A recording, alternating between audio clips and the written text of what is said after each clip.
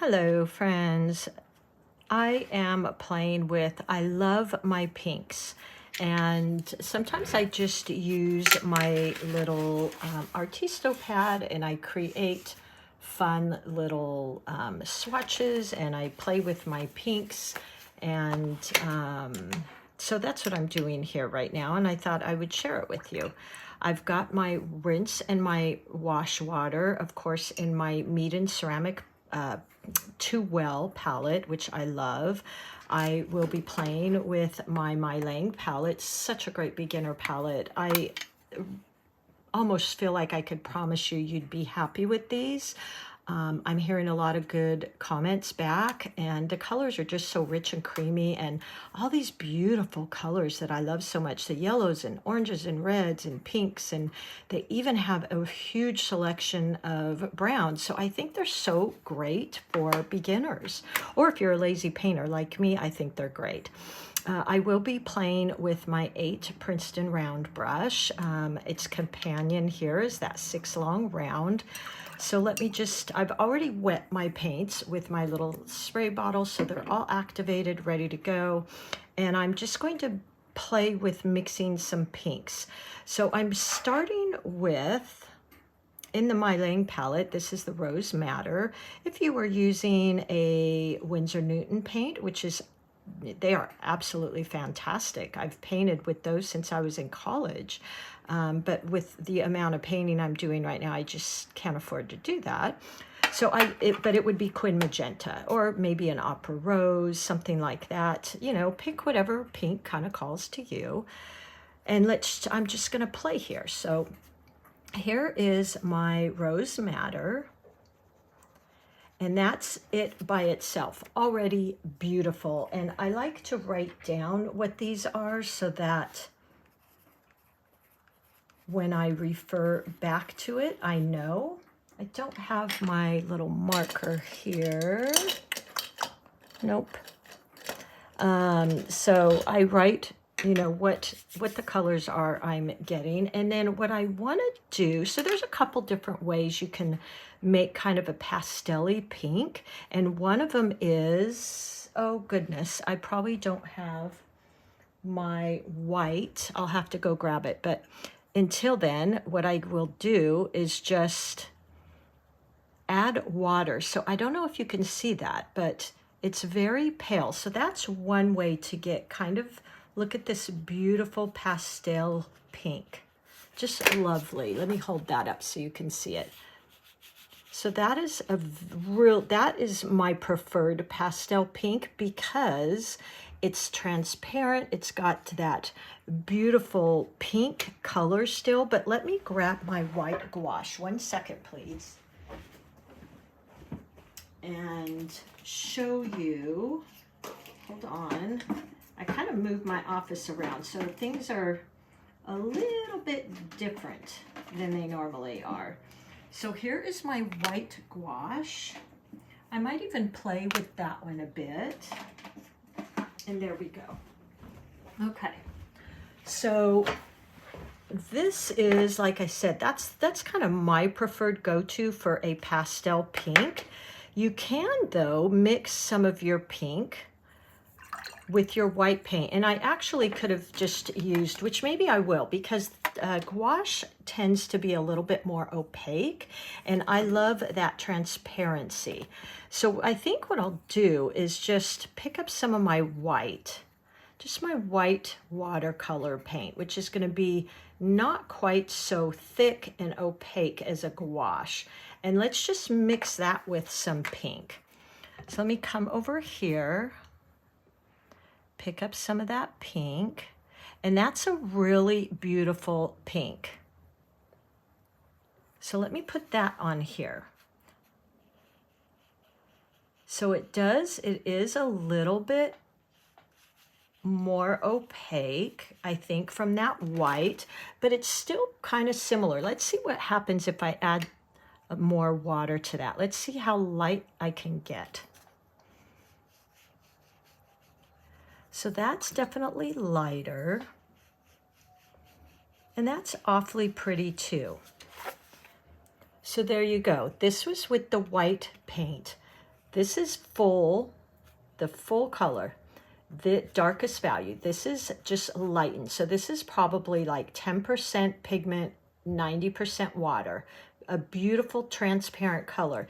This is with a little bit of the white paint in there. So it's a little bit more opaque. I don't know if you can pick it up, but this one is a little bit more transparent and you can see the paper through it. This one I feel is just a little bit more, I don't want to use the word chalky because it's not chalky, but a little bit more opaque, dense. And then here it is with just more water. Very, very, very pale. But lovely. These are all lovely. There's none that I don't like. And then let's just play with adding, go ahead and try the gouache and see if you can see a difference there. So I'm going to take some of this pink, just put it in here. And then let's pick up some of this white titanium gouache by Mission. Ooh, that was a lot. Let me get the lid back on here. And I don't always use my good brushes with the gouache because sometimes it can be a little bit harder to get out of your brushes, I think. I'm going to pick up a little bit more of that pink. All right, so let me lay that down next to this one, which I just added water. So I'm going to hold this up for you to see, but this is definitely more opaque. It's a beautiful shade, but definitely you cannot see the paper texture through it. It's almost a little like this, but even more opaque. Now let's see when I add water to that and see how that looks.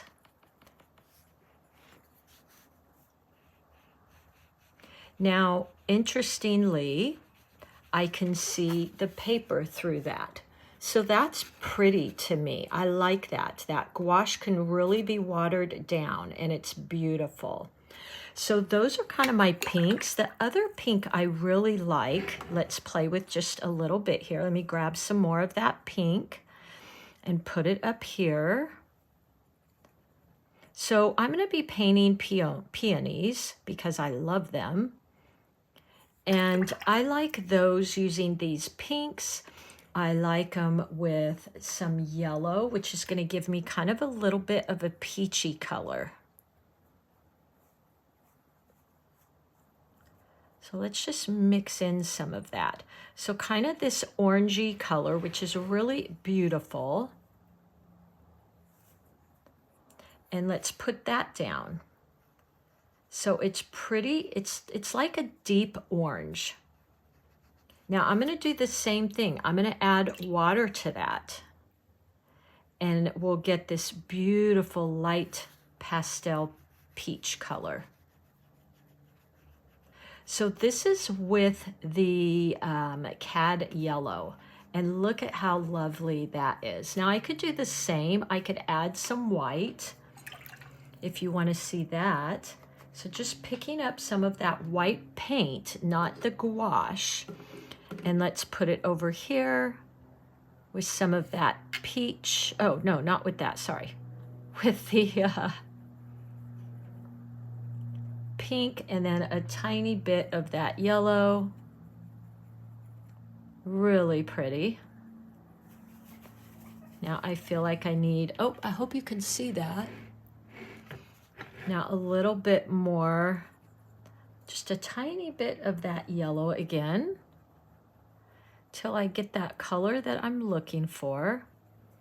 And now what I'm going to do is just add some water to that, because I want this really pretty light value like that.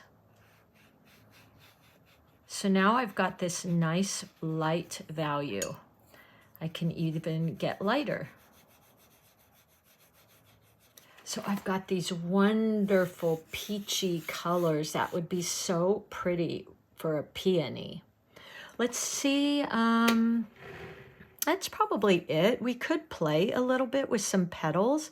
So let me go into my original dark pink and point. I'm going to use the side of my brush, so I'm holding my brush horizontal. Point, press,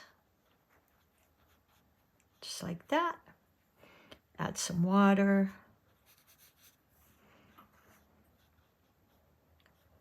Making sure all my petals kind of come back to the center. Now let's add in some of these peachy colors.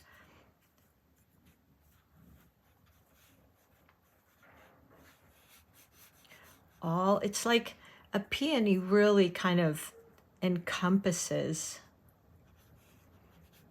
See how I'm adding in all these wonderful colors?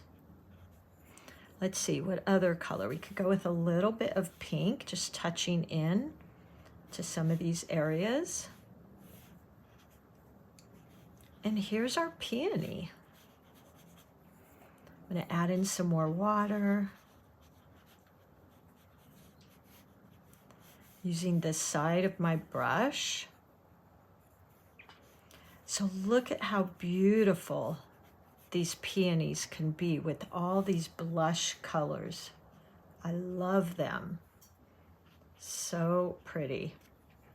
And there you go. I hope that was fun for you to kind of explore some of these different colors that I'm using. I could even get bigger here if I wanted to lighten up those edges, maybe expand the front ones out a little bit. Like that. Always using water to soften the edges. That's kind of my thing. And look at how pretty that is with all these blush pinks.